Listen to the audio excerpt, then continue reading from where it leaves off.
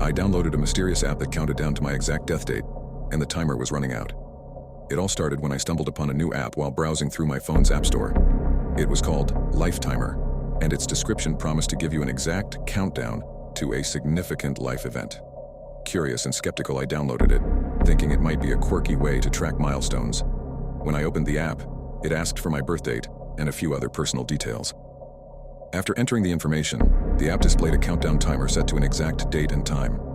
The timer was set for just 1 week into the future. I laughed it off, assuming it was a gimmick or a joke. Over the next few days, I couldn't shake the uneasy feeling that came with the app's countdown.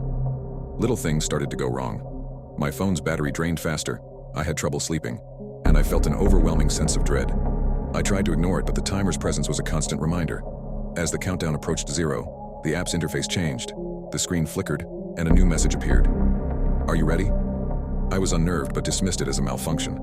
The timer kept ticking down and the anxiety became unbearable. On the day the timer was supposed to end, I woke up feeling strange. My heart raced, and the atmosphere in my apartment felt heavier than usual. I checked the app, and the countdown was now showing just minutes remaining. Determined to see this through, I decided to document the day's events. I set up a camera to record, thinking it would make for a fascinating story if nothing else. As the timer approached its final seconds, the room grew colder, and I began to hear strange noises, soft whispers and the sound of footsteps echoing through my empty apartment. With the timer counting down to its last few seconds, the app displayed a new message. "Goodbye." The screen went black, and the timer stopped.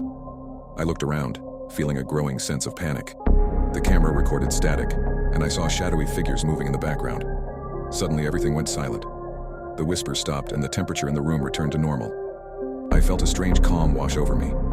I glanced at the clock on the wall, only to find that the time on the wall clock was exactly the same as the time on the app when it had stopped.